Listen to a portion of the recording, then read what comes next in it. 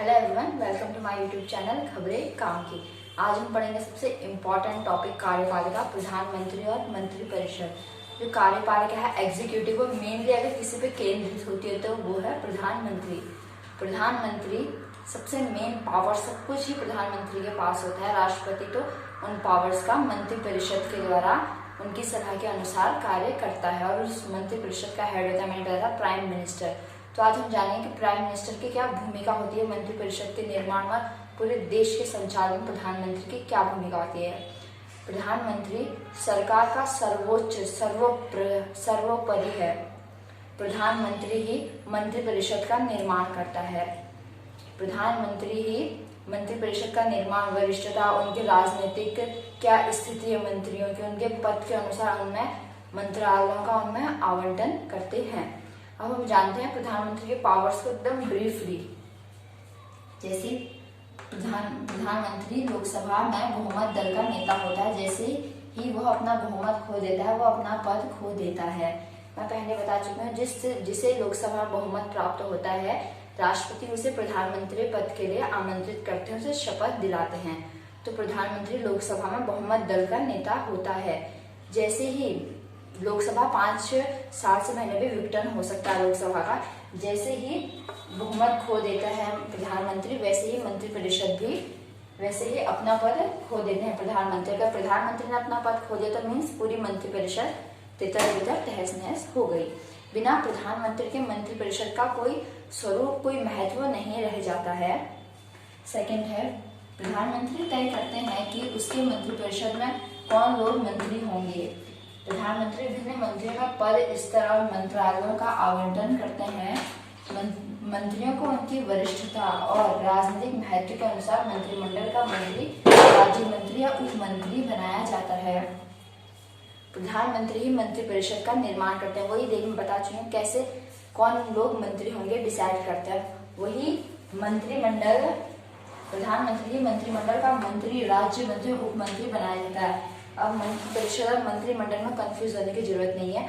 मंत्रिपरिषद जो होती है वो 50 से 60 या 70 इतने मेंबर्स की एक होती है। इसमें मंत्रिपरिषद में 50 से 60 मेंबर्स होते हैं, 80 तक लगा लीजिए। परंतु जो मंत्रिमंडल होती है उसमें मेनली 15 से 20 मेंबर्स होते हैं। उन्हें कैबिनेट मिनिस्टर्स कहा जाता है। ध्यान समझिए, मंत्रिपरिषद होती है जिसमें 50 से 60 या 80 तक होते हैं और मंत्रिमंडल में 15 से 20 होते हैं, मेनली उन्हें कैबिनेट मिनिस्टर्स कहते हैं।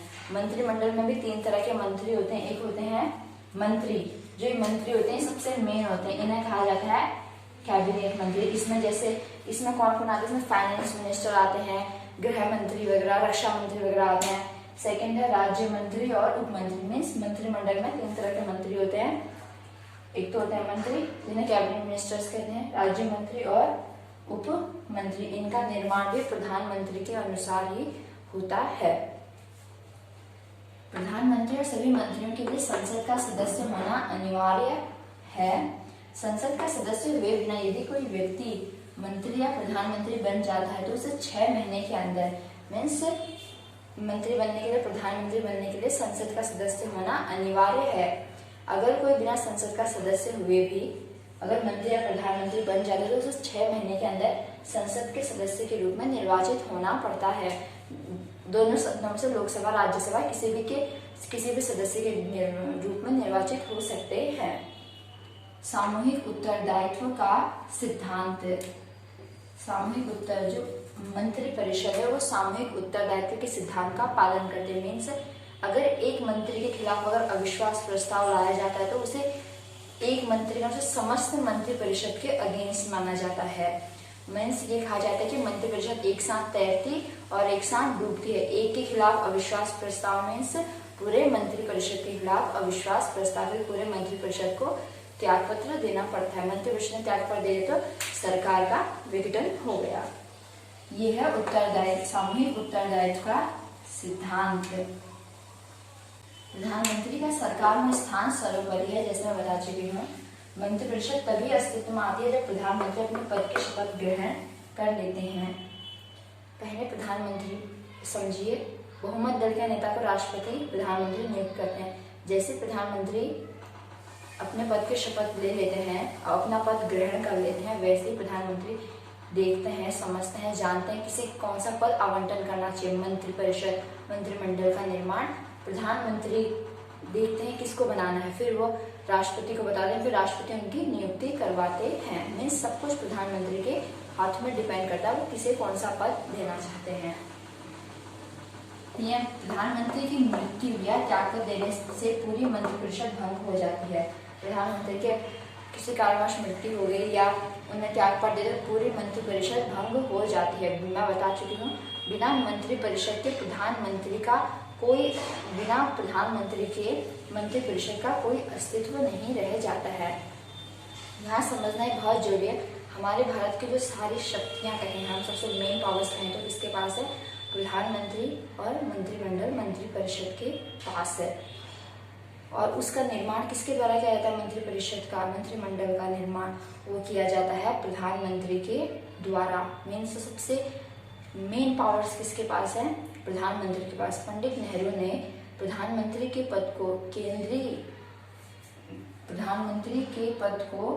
केंद्रीय धुरी की संज्ञा दी। केंद्रीय धुरी से समझ सकते हैं जो मेन, जैसे आप समझे कितना बड़ा सर्कल है, उसमें जो एकदम मेन होते हैं वो होते हैं हमारे पीएम। केंद्रीय धुरी की संज्ञा दी है प्राइम मिनिस्टर, नेहरू ने प्राइम मिनिस्टर के पद को। तो आप समझ सकते हैं कि प्राइम मिनिस्टर का पद कितना पावरफुल और कितना इम्पोर्टेंट पद है। अब हम जानते हैं कि प्रधानमंत्री की शक्ति के क्या स्रोत हैं। जैसे मंत्रिपरिषद पर पूरा नियंत्रण किसका होता है? प्रधानमंत्री का। प्रधानमंत्री के द्वारा ही मंत्रिपरिषद का निर्माण किया जाता है, प्रधानमंत्री का ही मंत्रिपरिषद पर नियंत्रण होता है। सेकंड है लोकसभा का नेतृत्व। लोकसभा में बहुमत दल के नेता होते हैं प्रेसिडेंट, प्राइम मिनिस्टर, तो उसका नेतृत्व भी प्राइम मिनिस्टर के द्वारा किया जाता है। मीडिया तक पहुंचे प्राइम मिनिस्टर। फोर्थ है चुनाव के दौरान उसका व्यक्तिगत उभार। चुनाव के दौरान एक प्रधानमंत्री की अलग ही छवि होती है, उनका व्यक्तिगत उभार होता है। अंतर्राष्ट्रीय सम्मेलन में राष्ट्रीय नेता की छवि प्रधानमंत्री की। प्रधानमंत्री का विदेश दौरों पर जाना, ये हमारे भारत के लिए, ये हमारे इंटरनेशनल रिलेशंस को मजबूत करते हैं, इससे हमारे भारत में व्यापार बढ़ते हैं। जैसे आप देख रहे हैं इस टाइम पे कैसे विदेशों से मदद आ रही है, सब इंटरनेशनल रिलेशंस में ही आता है। अंतर्राष्ट्रीय सम्मेलन में राष्ट्रीय नेता की छवि होती है प्रधानमंत्री की। अधिकारी वर्ग पर आधिपत्य होता है प्रधानमंत्री का। विदेशी यात्राओं के दौरान नेता की छवि सेम वही। ये हमने जाना पूरे केंद्र सरकार का ढांचा। मीन्स आप सबको रिवाइज करते हैं। सबसे ऊपर कहने को तो प्रेसिडेंट है, पर पावर्स का यूज किया जाता है। प्रेसिडेंट ने पावर्स का यूज किसके द्वारा करते हैं? मंत्रिपरिषद की सलाह के अनुसार। जैसे मंत्रिपरिषद कहती है वैसे उस मंत्रिपरिषद का हेड कौन होता है? Prime minister. अब हम जानते हैं, हमने समझ लिया लोकसभा और केंद्रीय स्तर पर प्रधानमंत्री, मंत्रिपरिषद, राष्ट्रपति सबका। हम देखिए राज्यों में कार्यपालिका का स्वरूप कैसा है। राज्यों में कार्यपालिका का स्वरूप एकदम केंद्र की तरह है। जैसे केंद्र में राष्ट्रपति होते हैं वैसे ही राज्यपाल होते हैं, परंतु राज्यपाल को केंद्र सरकार के एजेंट के रूप में कहा जाता है, क्योंकि उसकी नियुक्ति राष्ट्रपति के द्वारा की जाती है और राज्यपाल के पास कुछ वैधानिक शक्तियां भी प्राप्त हैं। जो जैसे प्रधानमंत्री लोकसभा में बहुमत दल के नेता होते हैं, वैसे ही मुख्यमंत्री भी विधानसभा में बहुमत दल के नेता होते हैं। जैसे प्रधानमंत्री के द्वारा मंत्रिपरिषद का निर्माण किया जाता है, वैसे ही विधानसभा में मुख्यमंत्री के द्वारा निर्माण किया जाता है।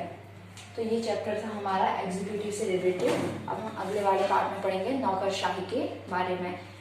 इस चैप्टर को अच्छे से पढ़ने से अगर आपको वीडियो पसंद आए तो हमारे चैनल को सब्सक्राइब कीजिए, आगे पढ़ने के लिए हमारे साथ बने रहिए।